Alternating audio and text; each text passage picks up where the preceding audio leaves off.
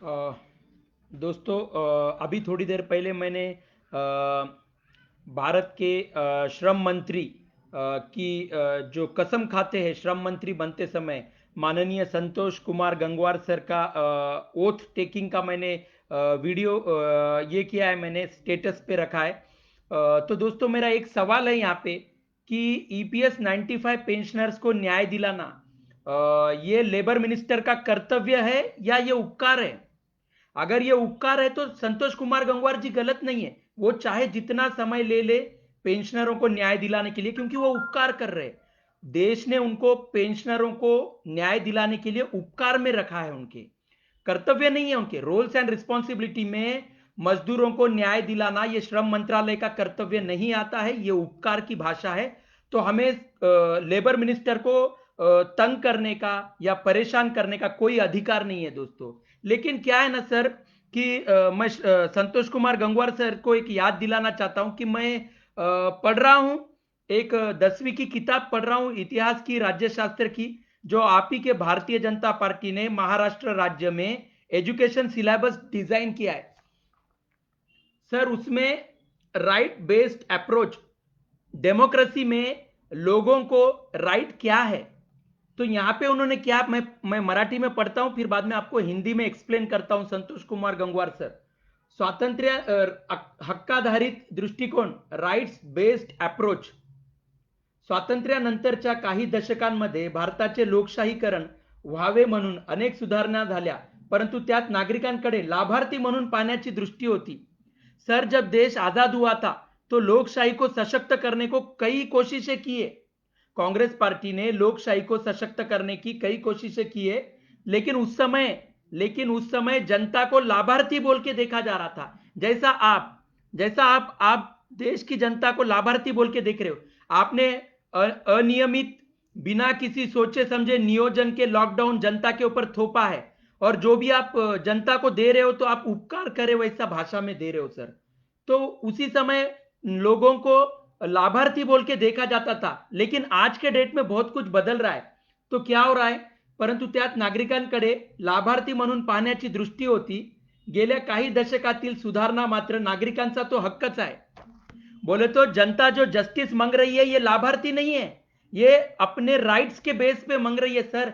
जैसा श्रम मंत्रालय को रोल्स एंड रिस्पॉन्सिबिलिटी है, वैसे ही लोकशाही जो आपको फैसिलिटी दी जा रही है, लोकशाही में श्रम मंत्रालय को जो वीवीआईपी फैसिलिटीज आपको दी जा रही है, जनता का खून चूस के, जनता का समय बर्बाद करके, जनता का भविष्य अंधकार में ढकेल के आपकी सुख सुविधाएं पूरी की जा रही है, क्योंकि आप जनता को राइट्स, जनता के राइट्स है, आप उनको जस्टिस दिलाए सर।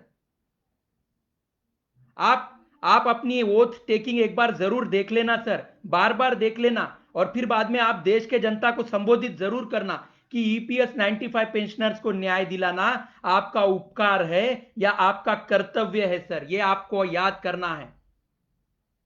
आप ही के किताबें पढ़ रहे हैं सर। जो माहौल आपने पेंशनरों के प्रति बना के रखा है ये बिल्कुल निंदनीय है, ये निषेध करना चाहिए। देश के आज खाली ईपीएस 95 पेंशनर खड़े हुए हैं, कल हर नागरिक ने इसे निषेध करना चाहिए, क्योंकि श्रम मंत्रालय अपना कर्तव्य और रोल्स एंड रिस्पॉन्सिबिलिटी पूरी तरह से भूल चुके हैं।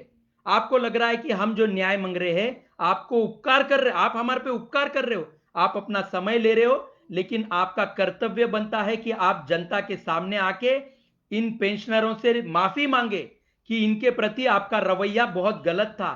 पिछले 6 साल से आपकी सरकार ईपीएस 95 पेंशनर्स के प्रति घटिया रवैया अपना रही है।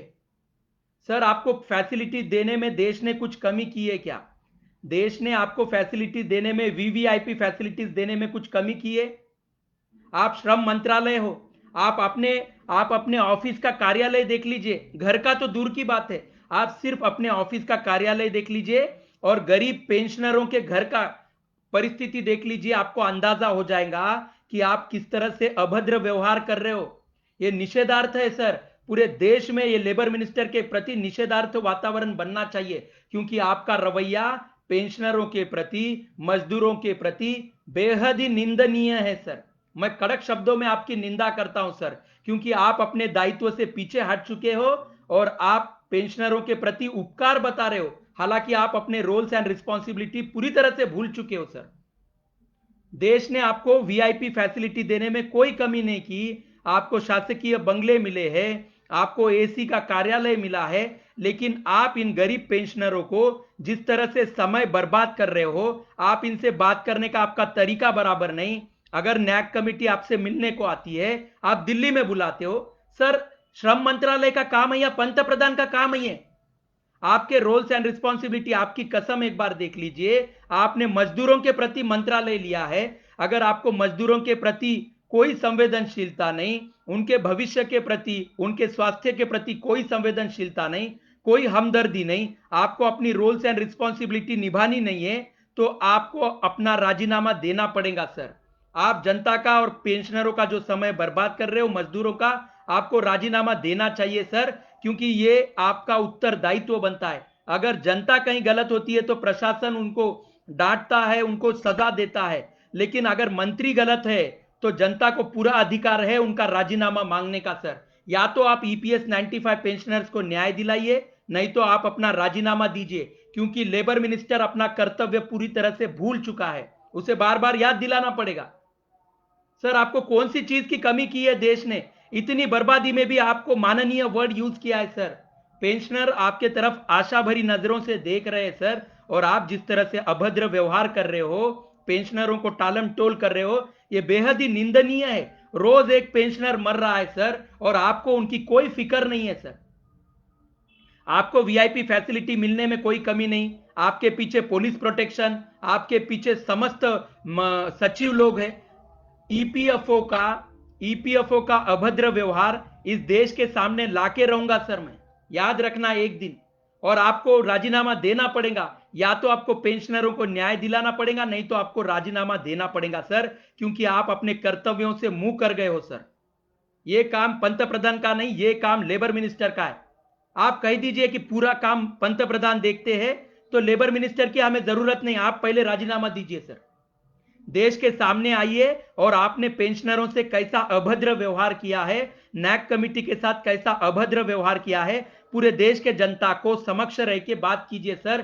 पिछले 6 सालों से आप पेंशनरों को घुमा रहे हो सर। आपका दायित्व क्या है?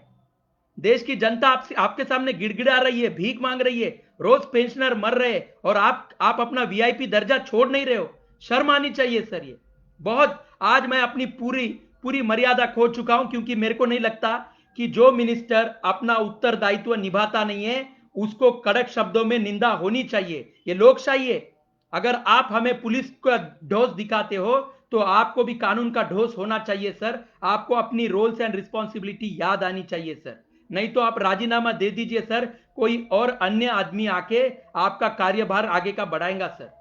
और मैं भारत सरकार से, मैं केंद्र सरकार से निवेदन करता हूं कि ऐसे मिनिस्टर जो जनता के प्रति घटिया रवैया रखते हैं, इनके प्रति एक बार देखना चाहिए सरकार ने इनकी छानबीन करनी चाहिए। क्या ये सच में लेबर मिनिस्टर बनने के लायक है? लेबरों का इनको बिल्कुल दर्द नहीं। पलायन कर रहे लेबर्स के बारे में अब इनकी आंखें खुल रही है, अभी डेटा मांगते हैं ये। पेंशनरों के प्रति इतना घटिया रवैया इन लोगों का, क्या चाहिए इनको? कौन सी फैसिलिटी और चाहिए? और क्या क्या कमी रह गई है? पीढ़ियां न पीढ़ियां ऐश कर रहे हैं ये लोग, चाहे भारतीय जनता पार्टी हो चाहे कांग्रेस पार्टी हो। इनको कैसे शर्म नहीं आती है? देश और जनता किस हाल में जी रहे हैं, और ये कैसी वीआईपी जिंदगी जी रहे हैं? जरा रास्ते पे उतरिए संतोष कुमार गंगवार सर, लेबर्स के घर पे जाइए, पेंशनर्स के घर पे जाइए, उनके घर का वातावरण देखिए, और फिर उसके बाद कहिए कि प्रोसेस होता है काम करने का। हमें मत सिखाइए प्रोसेस, 6 सालों से आपका प्रोसेस देख रहे हैं हम।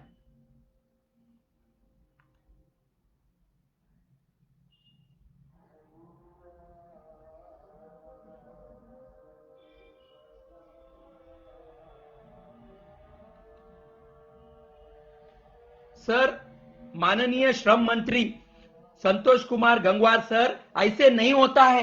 हर काम पंत प्रधान नहीं करता है। जिसका काम उसको दिया है मंत्रालय पे, 7,700 करोड़ का साल का बजट है सर आपका।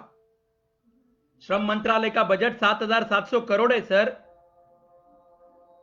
आप उस बजट के प्रति तो ईमानदार होइए। आप अपनी कसम, आपने जो वोट टेकिंग ली है, उस कसम के प्रति तो भी ईमानदार हो जाइए सर। कुछ तो याद कीजिए कि आपने क्या कसम खाई थी। भारत के संविधान के प्रति श्रद्धा व निष्ठा भाव रखोगे आप, लेबर्स को न्याय दिलाओगे आप। सर, न्याय आपका रोल्स एंड रिस्पॉन्सिबिलिटी में से एक है, आपका उपकार नहीं है।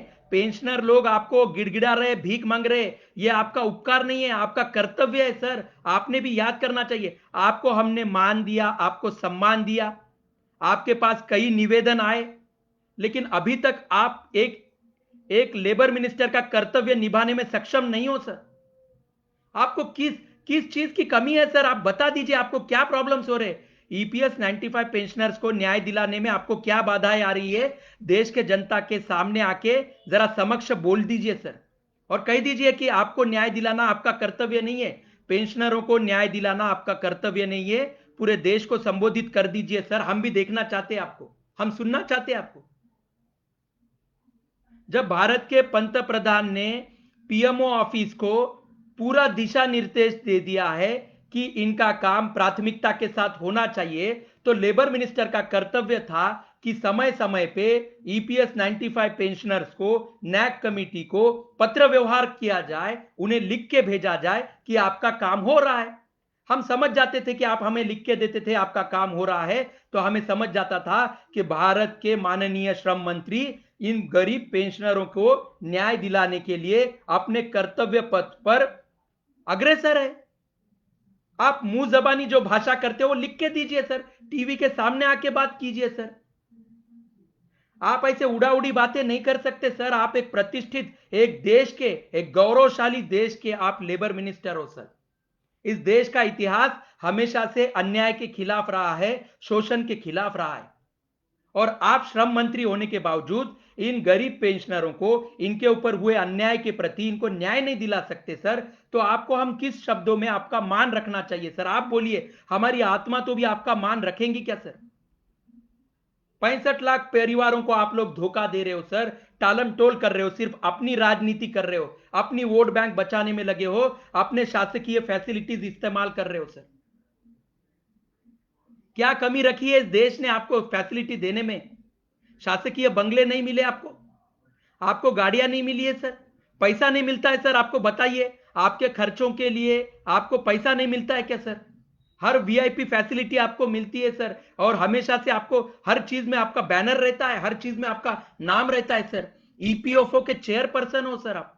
ईपीएफओ के चेयरपर्सन होने के नाते आपका दायित्व बनता है कि ईपीएस 95 पेंशनर के प्रति आप जिम्मेदारी लेना चाहिए सर। अगर आप जिम्मेदारी नहीं ले सकते तो देश को बोल दीजिए कि मेरा पेंशनरों से कोई लेना देना नहीं, मेरे रोल्स एंड रिस्पॉन्सिबिलिटी में नहीं आता है। आप देश के जनता के सामने टीवी पे आके एक बार संबोधित कर दीजिए सर। आपका रवैया ईपीएस 95 पेंशनर्स के प्रति बहुत ही घटिया है, ये बहुत ही निंदनीय है सर। मैं आपका जाहिर शब्दों में बार बार निषेध कर रहा हूं सर। मैं आपको बार बार याद दिलाने की कोशिश कर रहा हूं आपकी रोल्स एंड रिस्पॉन्सिबिलिटी। अगर आप इंसान हो, अगर भारत के सच में प्रतिष्ठित नेता हो, तो आपको यह कर्तव्य पार करना पड़ेगा सर। आगे बढ़िए सर, आगे बढ़िए, पेंशनरों को न्याय दिलाइए। रोज पेंशनर मर रहे हैं सर। आपको बिल्कुल शोभता नहीं सर ये पेंशनरों को तकलीफ देना। इस उम्र में पेंशनर, सर आप भी आगे चल के सीनियर सिटीजन होने वाले हो सर, आप भी पेंशनर होने वाले हो सर। ठीक है, आपके कन पैसा है, करोड़ों रुपए है, आपको कोई तकलीफ नहीं होगी, लेकिन इन पेंशनरों की बद्दुआएं क्यों ले रहे हो सर? इनकी जिम्मेदारी आपकी थी, आपने लेबर मिनिस्ट्री ली है। क्या हर मिनिस्टर को याद दिलाना पड़ेगा उसका कर्तव्य क्या है? आप टीवी के सामने आइए मेहरबानी करके, और ईपीएस 95 पेंशनर्स के प्रति बात कीजिए सर, क्योंकि पंतप्रधान को बहुत काम है। पंतप्रधान एक काम के लिए नहीं है, हमेशा से यही जवाब आता है हमें। तो आप तो बात कीजिए सर, आपका तो ड्यूटी है लेबर मिनिस्ट्री। ईपीएफओ के आप चेयरपर्सन हो या नहीं? संतोष कुमार गंगवार सर, आप ईपीएफओ के चेयरपर्सन हो या नहीं, यह देश के जनता को जरा संबोधित कीजिए सर। ईपीएफओ में क्या क्या काम होते हैं, ईपीएफओ की रोल्स एंड रिस्पॉन्सिबिलिटी क्या है, सीबीटी मेंबर्स की रोल्स एंड रिस्पॉन्सिबिलिटी क्या है, जरा देश के जनता को संबोधित कीजिए सर। पता चलने दीजिए देश के जनता को कि कितनी ईमानदारी से ईपीएफओ में काम चल रहा है। यह नहीं चलेगा सर। देश के जनता को हमेशा से कानून बताते आ रहे हो, कभी आप भी कानून की पढ़ाई कर लीजिए। जय हिंद जय भारत, जय हिंद जय भारत, ज्येष्ठ भारत श्रेष्ठ भारत। नैक कमिटी जिंदाबाद, नैक कमिटी जिंदाबाद। अशोक राउत सर आगे बढ़िए, अशोक राउत सर आगे बढ़िए। सत्यमेव जयते। थैंक यू सो मच दोस्तों।